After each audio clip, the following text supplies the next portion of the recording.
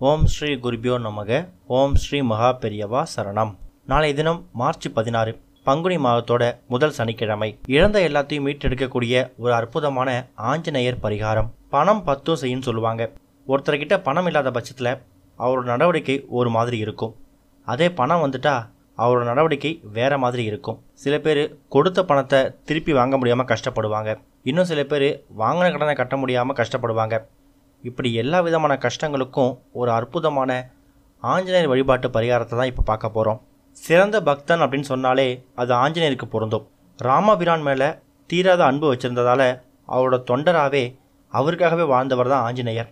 அப்படிப்பட்ட ஆஞ்சநேயரை நாம் எப்படி வழிபட்டால் நம்மளோட வேண்டுதல்கள் நிறைவேறும், நம்ம இழந்த பணம் நகை நமக்கு திரும்ப வரும் அப்படிங்கிறத பற்றி இப்போ பார்க்கலாம்.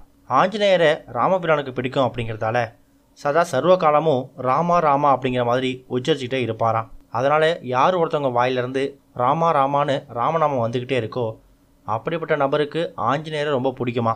ராமா அப்படின்னு சொல்லி நம்மளோட பிரச்சனைகளை ஆஞ்சநேயர்கிட்ட முன் வச்சா நம்மளோட பிரச்சனைகளை உடனடியாக தீர்த்து வைப்பார் அப்படிங்கிறது பெரிய நம்பிக்கை.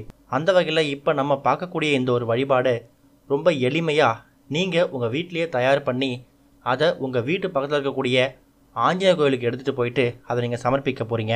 இந்த ஒரு வழிபாட்டை நீங்கள் தொடர்ந்து 11 வாரங்கள் செய்கிறது சிறப்பு.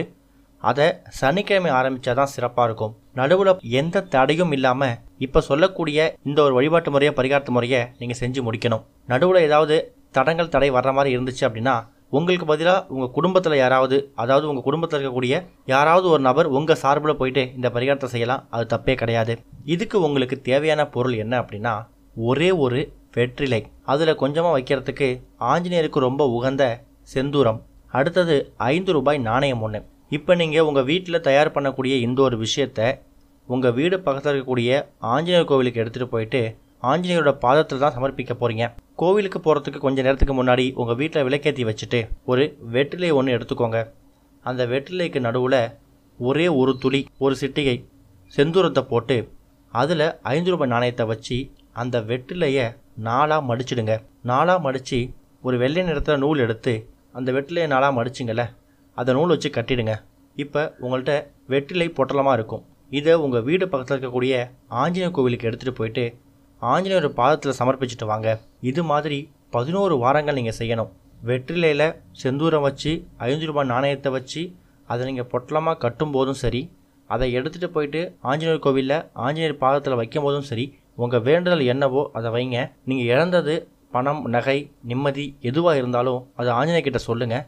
கண்டிப்பாக 11 வாரங்கள் முடிகிறதுக்குள்ளே உங்களுக்கு ஒரு பெரிய மாற்றம் தெரியும். ஓம் ஸ்ரீ குருபியோ நமக. ஓம் ஸ்ரீ மகா பெரியவா சரணம்.